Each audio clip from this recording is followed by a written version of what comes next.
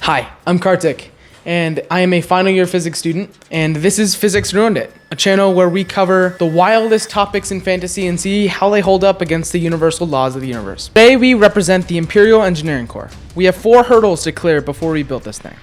We have to check our geometry to aim the beam. We have to find a source that generates the light. We have to make the laser, and we have to survive firing it. Spoiler alert, the physics isn't with us, and the Death Star might just turn out to be a suicide note. We all know the clip. The 8 beams converging into one and shooting off straight at some target hundreds of thousands of kilometers away. Well, it looks awesome, but that's not quite how physics works. In our universe, photons are bosons, a type of particle that is space independent, meaning 2 bosons can be in the exact same position at the exact same time. That means that they don't collide against each other, they straight up pass through. If we design this laser this way, all 8 beams are gonna pass through one focal point and diverge afterwards. Let's look at the math of divergence. This is basic geometric optics. The Death Star's dish is about 30 kilometers wide. Let's be generous and say that the focal point after this is about 10 kilometers afterwards. By the principle of similar triangles, if the beam travels another 10,000 kilometers to Alderaan, the beam will expand to be about 30,000 kilometers wide. Alderaan is only 12,000 kilometers wide. The beam would be more than twice the size of the planet. The intensity, watts per square centimeter, would drop so low that you could probably walk outside in just a pair of sunglasses. So, step 1 is a failure, but let's assume that we use some Sith magic to force the beam straight. We still need power. The official blueprints call for Kyber crystals. In my lab, we call this a gain medium. This is a photo of the PRYLF laser that I'm working with in my lab right now. I work this laser at usually under 1 watt just for safety concerns, but it could handle up to about 10 watts of energy. Anything more than that and the crystal is going to get a little saturated, and after that point, the crystal might shatter and break. The Death Star, on the other hand, is producing a 30-kilometer wide laser. At that size, the crystal needed to make that laser would have to be the size of Mount Everest. But we can't just tape together a bunch of these crystals and call it a day. We need to build a perfect homogeneous crystal of the right size. And here's the tragedy.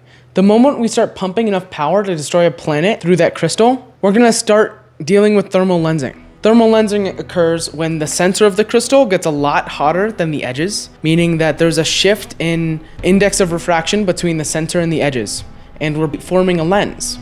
In the lab, this is wonderful. This helps us with stability of laser cavities, but at these high levels, the crystal focuses the beam inside itself. The intensity would spike to infinity, and the power source would explode from the inside out. That's strike 2. So let's put the fact that the crystal exploded past us, and let's just build this laser cavity, shall we? This is the basic setup for a laser. We have 3 main components: the output coupler, the gain medium, and the high reflector.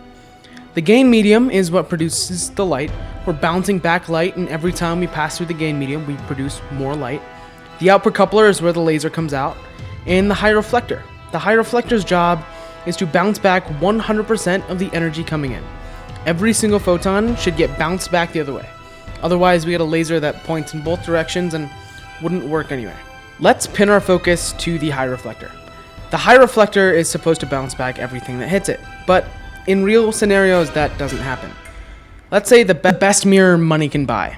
It is 99.99999% reflective. That is absolutely incredible. Only 1 photon for every million is getting through this mirror. But there's a problem. Again, at 10 to the 30 joules coming through to destroy a planet, 1% leakage is suddenly a big deal.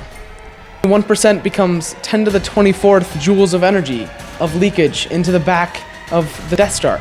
So while the energy shoots forward toward Alderaan, the beam of death is shooting 10 to the 24th joules back into the Death Star. We haven't even fired the weapon yet, and we've already cored our own station.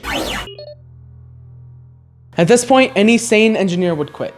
The laser is diverging, The crystal is exploding and is a literal bomb. And beyond that, we are leaking asteroid impacts into the back of our station. What are we even doing at this point? But then again, Vader is looking down the throats of all of these engineers. So this is the final boss. This is the absolute nail in the coffin. Entropy. This is the same reason that nothing in our world is 100% efficient. But at this level, something that is 99.9% efficient, something we can hardly even imagine in our world, would be cause for 20 million Kelvin inside of the space station. Everyone would die just because of heat leakage caused by 1/100% of heat loss. The moment the laser fires, the crew is not celebrating at all. They're all molten plasma in the middle of the galaxy, just thinking, why the hell did we click that button? That has got to be the most expensive suicide note in galactic history. Needless to say, if the physics of our world lasted at all in the Galactic Empire, they would have failed. For now, I'm Kartik, and this has been Physics Ruined It. Thank you for watching, and have a great day.